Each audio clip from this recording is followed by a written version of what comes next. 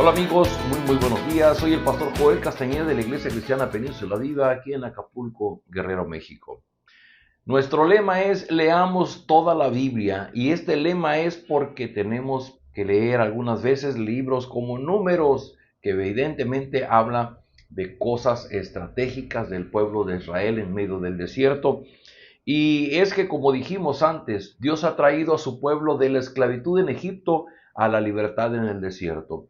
Y Dios le está dando instrucciones muy claras de cómo debía de organizarse, debía de vivir el pueblo de Dios. El capítulo 2 que nos toca ahora es un pasaje clave para poder comprender la manera en que Dios estaba organizando a su pueblo, preparándolo para entrar a la tierra prometida, preparándolo para luchar en la conquista por la tierra prometida. Así es que leo para ustedes este capítulo 2, nos toca leer todo el capítulo, y dice así: el Señor les dijo a Moisés y Aarón: los israelitas acamparán alrededor de la tienda de reunión, mirando hacia ella, cada cual bajo el estandarte de su propia familia patriarcal. Al este, por donde sale el sol, acamparán los que se agrupan bajo el estandarte del campamento de Judá, según sus escuadrones. Su jefe es Naasón, hijo de Aminadab. Su ejército está integrado por 74,600 hombres. A un lado de Judá acampará la tribu de Isaacar. Su jefe es Natanael, hijo de Suar. Dice: al otro lado acampará la tribu de Zabulón. Su jefe es Eliab, hijo de Elón. Todos los reclutas del campamento de Judá, según sus escuadrones, suman 186,400 hombres, los cuales marcharán a la cabeza. Al sur acamparán los que se agrupan bajo el estandarte del campamento de Rubén, según sus escuadrones. A un lado de Rubén acampará la tribu de Simeón. Su jefe es Selumiel, hijo de Zurizadai. Al otro lado acampará la tribu de Gad. Su jefe es Eliasaf, hijo de Ruel. Todos los reclutas del campamento de Rubén, según sus escuadrones, suman 151,450 hombres, los cuales marcharán en segundo lugar. Entonces se pondrá en marcha la tienda de reunión junto con el campamento de los levitas, que está situado en medio de los demás campamentos. Partirán en el mismo orden en que hayan acampado, cada uno en su lugar y bajo su estandarte. Al oeste acamparán los que se agrupan bajo el estandarte del campamento de Efraín, según sus escuadrones. Su jefe Elisama, hijo de Amiud. Su ejército está integrado por 40,500 hombres. A un lado de Efraín acampará la tribu de Manasés. Su jefe es Gamaliel, hijo de Pedasur. Al otro lado acampará la tribu de Benjamín. Su jefe es Abidán, hijo de Gedoni. Todos los reclutas del campamento de Efraín, según sus escuadrones, suman 108,100 hombres, los cuales marcharán en tercer lugar. Al norte acamparán los que se agrupan bajo el estandarte del campamento de Dan, según sus escuadrones. Su jefe es Ahiezer, hijo de Amisadai. A un lado de Dan acampará la tribu de Aser. Su jefe es Pagiel, hijo de Ocrán. Al otro lado acampará la tribu de Neftalí. Su hijo es Ahirá, hijo de Ená. Todos los reclutas del campamento de Dan, según sus escuadrones, suman 157,600 hombres, los cuales marcharán en último lugar según sus estandartes. Estos son los israelitas reclutados de entre las familias patriarcales. El total de los reclutas por escuadrones suman 603,550 hombres, pero los levitas no están incluidos con los demás israelitas conforme a lo que el Señor le había mandado a Moisés. ¿Qué tenemos aquí? Tenemos a los israelitas que se estaban preparando para la guerra y que tenían que acampar de una manera muy particular. Si lo pudiéramos ver en un croquis, bueno, tres tribus acamparían al norte, 3 tribus acamparían al sur, 3 tribus al oeste y 3 al oeste, y justo en medio estaría el tabernáculo. No podríamos comprender qué está sucediendo aquí o por qué Dios ordena esto si no recordásemos qué es el tabernáculo. Recordemos que cuando ellos llegan al desierto, Dios instruye a Moisés y Aarón para que levanten el tabernáculo, y el tabernáculo estaba en el centro del campamento.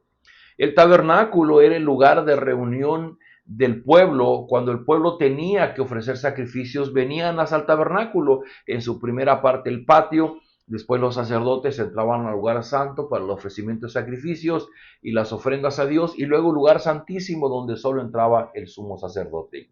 Y dice la escritura que una vez al año Dios descendía en forma de una nube que cubría el tabernáculo, y entonces el sumo sacerdote podría interactuar con Dios y pedirle algunas respuestas que necesitaba para el pueblo. El tabernáculo significó el centro de reunión y el lugar donde Dios se hacía presente. El tiempo pasó y del tabernáculo Salomón construye el famoso templo de Jerusalén, que tenía la misma estructura que el tabernáculo. Y la historia bíblica nos dice que el Señor Jesús, cuando Él viene, Él habla de la destrucción del templo, y allá por el año 70 finalmente es destruido el templo de Jerusalén. Y entonces nosotros creemos que el tabernáculo es una figura de la persona de Cristo. Entonces, cuando leemos este pasaje decimos, bueno, ¿qué tiene que ver? ¿Por qué se nos narra que los 603.550 varones de más de 20 años que tienen que ir a la guerra, por qué acampan en esta forma tan peculiar? Unos en el norte, unos en el sur, distribuidos este y oeste, y en el centro del tabernáculo. Porque Dios está instruyendo a su pueblo que el centro de la vida de su pueblo era la presencia de Dios. Y ahora que estaban preparando a estos varones para ir a la conquista de la tierra prometida, Dios los está ubicando justamente alrededor del tabernáculo. El tabernáculo significa la mismísima presencia de Dios en medio de su pueblo. Este concepto es muy importante porque ellos vivieron en Egipto, pero en Egipto ellos no tenían un lugar de reunión, no tenían el lugar de ofrecimiento de sacrificios, no tenían a los levitas. Ellos vivieron como vivían los egipcios. Tomaron costumbres de los egipcios. Ahora Dios está tratando de hacerles comprender que que Dios los había traído para que fueran su pueblo, y como su pueblo debían de vivir de una manera distinta. Queridos amigos, ¿cuál es la reflexión para nosotros en este día? Bueno, bíblicamente hablando, el tiempo pasó y del tabernáculo creemos que el centro de nuestra vida ahora es la cruz del Señor Jesucristo. Si hoy día nosotros tuviéramos que establecernos como lo hicieron los israelitas, en lugar de tabernáculo estaría la cruz de Cristo. Por cierto, una cruz vacía, porque nosotros celebramos la resurrección del Señor Jesucristo, no que esté muerto, sino que Él resucitó. Entonces sería una cruz, la cruz de Cristo, la cruz del Evangelio del Señor Jesucristo.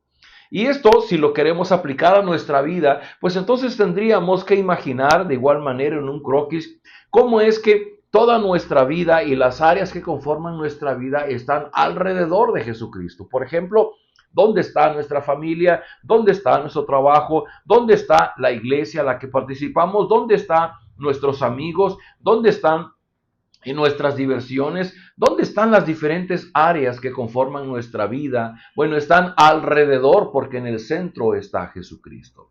Algunos cometerían el error de ubicar a Cristo dentro de la iglesia. Entonces digo, yo voy a mi familia, a mis amigos, a mi trabajo, y bueno, yo voy a la iglesia y ahí me encuentro con Cristo. Ese es un error, porque en realidad el Señor Jesucristo forma la parte central de nuestra vida. Y alrededor de Cristo, es decir, mi familia, yo vivo en familia en virtud de las enseñanzas de Cristo. Yo voy a la iglesia en virtud de mi amor a Cristo. Yo voy a mi trabajo y allá soy un testimonio de mi relación con Cristo. Es decir, en el centro de mi vida está el Señor Jesucristo. Queridos amigos, Dios estaba formando un pueblo, quitando su mentalidad de esclavos en Egipto y preparándoles para vivir en la libertad de la tierra prometida. Y en esa libertad el tabernáculo era el centro, porque era la presencia de Dios. De igual manera en nuestra vida, en nuestro tiempo, tenemos que reflexionar y aprender que el centro de nuestra vida es el Señor Jesucristo. ¿Por qué? Porque es Él quien nos lleva al Padre, porque está en Él la vida eterna, porque Él es el agua de vida, porque Él es el pan de vida, porque Él es la resurrección y la vida, porque Él es el camino que nos lleva al Padre. Cristo es el centro de nuestra vida. La pregunta es, ¿tú lo estás viendo así? interpretas tu vida en relación a Cristo. Voy a mi trabajo y conecto mi trabajo con mi testimonio en Cristo. Yo trabajo de una manera distinta porque conozco a Cristo, y en mi familia yo estoy tratando de vivir aplicando las enseñanzas de Cristo, y aun cuando yo voy a la diversión, yo guardo honro y alabo a mi Dios y exalto a mi Dios en medio de mi tiempo de diversión. Y obviamente yo no pierdo mi conexión con la iglesia, porque la iglesia es mi vínculo que me ayuda a encontrarme con Cristo. ¿Es Cristo el centro de tu vida? Eso es lo que tenemos que reflexionar en esta mañana. Padre, gracias por esta lectura, gracias porque así como el pueblo de Israel se situó alrededor del tabernáculo, así también nosotros tenemos que vivir alrededor del Señor Jesucristo. Ayúdanos a comprender de qué manera el Señor Jesús y su Evangelio tienen que ver con nosotros en todas las áreas de nuestra vida. Cómo el Señor Jesús se interrelaciona con nosotros en nuestra familia, en el trabajo, en la diversión, en el participar de una comunidad cristiana, con nuestros amigos, cómo vivir el Evangelio en donde Cristo es el centro de todas nuestras actividades. Danos de tu gracia y danos esa sabiduría de poder entenderlo, de poder vivirlo, porque sabemos que de esta manera tú permaneces en el centro de nuestra vida. Ese es tu deseo, ser tú el centro de nuestra vida. Le damos toda la gloria y la honra en el nombre de Jesús. Amén. Amigos, nos vemos el día de mañana.